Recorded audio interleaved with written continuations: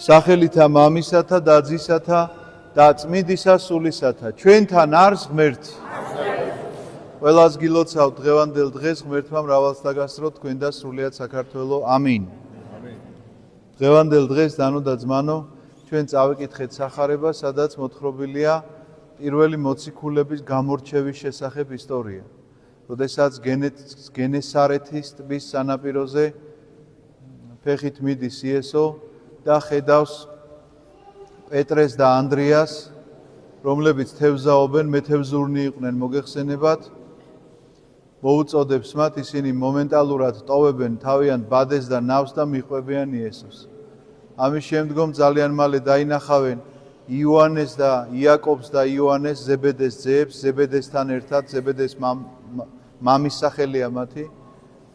ასევე მოთევზაობენ ისინი, დაუძახებს მათაც, ისინიც გაჰყვებიან მათ. აი ესეთი ამ სახარების შინაარსი.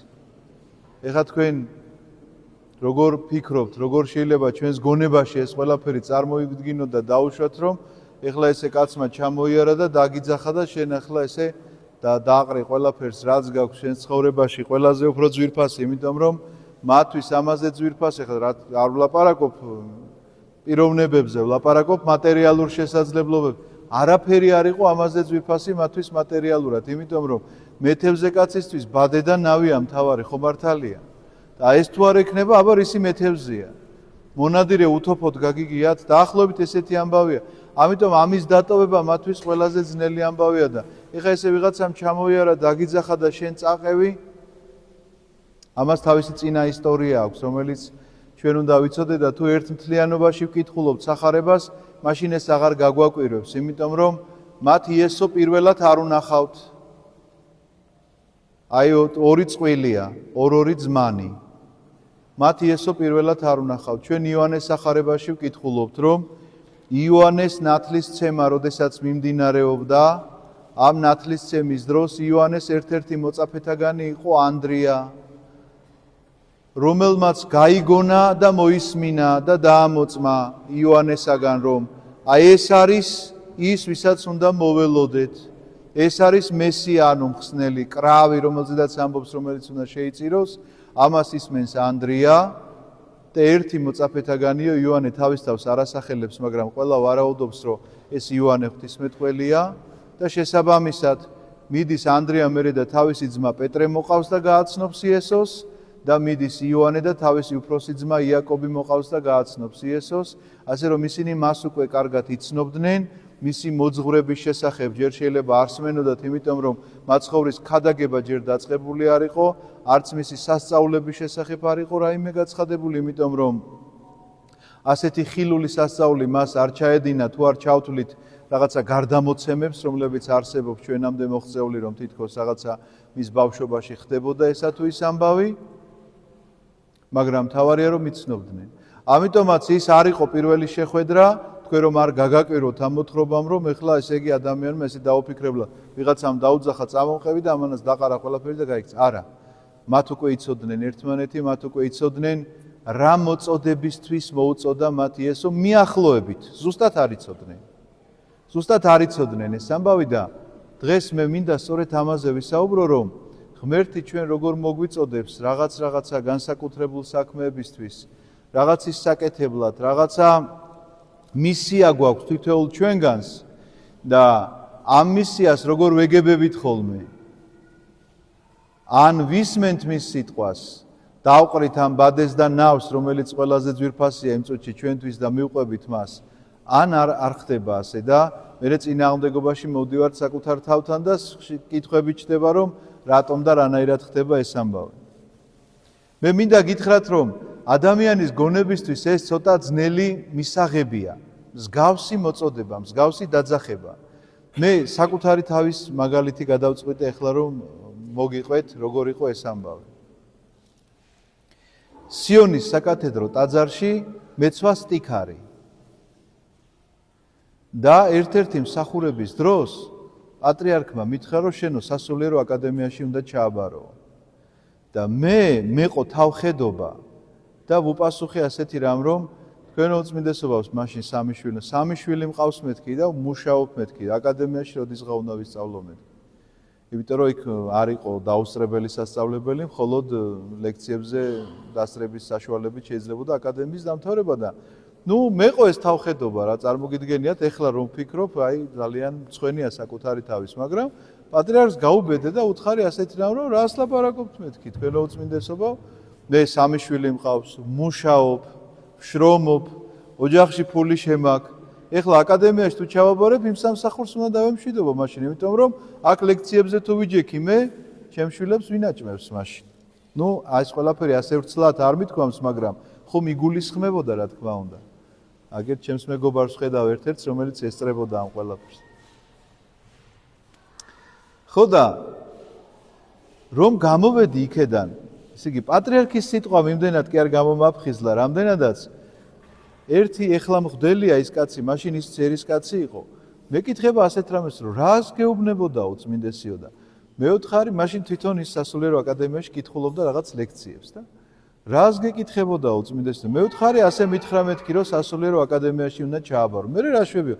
რას უნდა ვშვებოდე მეთქი? მეოთხარი ეხა ამასაც დაუწყე, ეხა უფრო ვრცელი ახსნა განმარტება, რომ მე ხომ 3 შვილი მყავს, მე ხომ მუშაობ, მე ხომ ამ საქმისთვის ეხლა ესე არ მცალია რა დროს სასულიერო აკადემია. მე არ დამავიწყდება მისი გაოგნებული სახე. ესე იგი ამ კაცს ჰქონდა აი თვალები კინაღამ ბუდიდან გადმოუცვიდა და მაშინ მივხვდი ჩემს თავხედობას. იქამდე კი ვერაფერს მე მივფიქრე ასე რომ პატრიარქს საკადრისი პასუხი გავეცი და ეხლა მივდივარ რომ დამთავრდა მსახურება, უნდა განვიმოსო და სახლში უნდა წავიდე, გავაგრძელო ორშაბათია ხვალ, უნდა სამსახურში წავიდე. ამას ვერ ხვდებოდი, ამ კაცის თვალებში წავიკითხე ყველაფერი და სანამ რამეს იტყო და ჯერ თვალებში და მე მეუბნება უცბად ესეთ რამეს რომ პატრიარქმა გითხრაო და ამაზე მეტმა ვიღამ უნდა გითხრასო. ისე შემაძრწუნა მე ამ ნათქვამმა, ისე შემაშინა მე ამ ნათქვამმა, რომ მე გადავწყვიტე რომ ჩამებარებინა სასულიერო აკადემიაში, ოღონდ ერთი პირობით. რომ ვიფიქრე რახან პატრიარქის ნათქვამია, მოდი მე ჩავაბარებ სასულიერო აკადემიაში, მაგრამ სამსახურს ხომ თავს ვერ დავანებებ. ამიტომ ლექციებზე რომ ვერ ვივლი სამსახურის გამო, სასულიერო აკადემიიდან გამომრიცხავენ. და მარტივი იქნება, პატრიარქი მკითხავს რაკენი, ჩავაბარე, მაგრამ გამომრიცხეს, იმიტომ რომ ვერ დავდიოდი. ანუ ლოცვა კურთხევად შესრულებული მექნება და თან სამსახურსაც არ დავკარგავ. ასე ვფიქრობდი ჩემი მოკლე ჭკუით. და უწმინდესმა იქ ერთი რამ მითხრა კიდე, რომ ავუხსენი მე რომ აი ესე სასულიერო აკადემიაში უნდა ვერ ვისწავლი მეთქი, იმიტომ რომ მუშაობ, მან მითხრა რომ შენ ჩააბარე და ყველაფერი დაალაგდებაო. ოღონდ ეს სიტყვები მე გამახსენდა რა თქმა უნდა. იმ წუთში ამაზე არ მიფიქრია. მოკლედ მოვემზადე გამოცდებისთვის. ზაფხულში ეს გამოცდები ჩატარდა, მე ჩავერიცხე სასულიერო აკადემიაში სექტემბრის 14-ში ყოველთვის მისი უწმინდესობა მაშინ ხნედ იყო ფიზიკურად და ყოველთვის სწავლის დაწყების წინა პარაკლისს იხდიდა. ამ პარაკლისზე მე კვლავ სტიქარი მაცვია და შემოსვაში ვეხმარები მის უწმინდესობას და აღარც მგონია თუ ახსოვს ეს ამბავი, იმიტომ რომ ეს მითხრა გაზაფხულზე და ეხლა შემოდგომაა. უცბად მომიტრიალდა და მეკითხება რომ რაკენიო მე რომ გითხარიო, აი ისე მაშინ მივხვდი პირველად რომ მე რომ არ შემესრულებინა ეს სიტყვა, რა დამემართებოდა. ეხლა რაღაცა ალბათ ძალიან შემრცხვებოდა რა და 10 წელში გამართულმა უთხარი რომ აი თქვენო უწმინდესობა ჩავერიცხე მეთქი სასულიერო აკადემიის პირველი კურსის სტუდენტი ვარ და გილოცავო, მითხრა, კარგად უნდა ისწავლოო და ყველაფერი და კარგად იქნებაო. ეხლა მე ჩემთვის ვფიქრობ, კარგად ისე იქნება, რომ ერთ თვეში დაახლოებით გამრიცხავენ, სამსახური გაგრძელდება, აკადემია დამთავრდება. ისე მოხდა, რომ ჩემს სამსახურში მომეცა საშუალება, რომ მეორე ცვლაში მემუშავა. დაახლოებით 1 თვის შემდგომ და მე სასულიერო აკადემიას ისე მოვრჩი, უბრალოდ მე ბოლო კურსებზე მაკურთხე სასულიერო პირი გავხდი და რაღაცა ამან უფრო შემიშალა ხელი ვიდრე ჩემმა სამსახურმა. ისე დავამთავრე სასულიერო აკადემია, რომ სამსახურსაც ვახერხებდი და სასულიერო აკადემიასაც ვახერხებდი და რატომ მოვყევი ხა ეს ამბავი, ვიცით რომ ჯერ ერთი იმიტომ რომ ღმერთს უნდა ვიყოთ მინდობილნი. რა ქონდათ იცით აი ამ მოციქულებს, რაც მე არ მქონდა იმ წუთში. აბსოლუტური მინდობა. მათ იციან ერთი რამ, რომ რითიც შეიძლება არჩინონ ოჯახი, ეს არის მათი ნავი და ეს ბადე. მეტი საქმე მათ არ იციან. ეს ბადე და ეს ნავია, რითიც შეიძლება ოჯახ სახლში თევზი მიუტანოს და საჭმელი აჭამოს.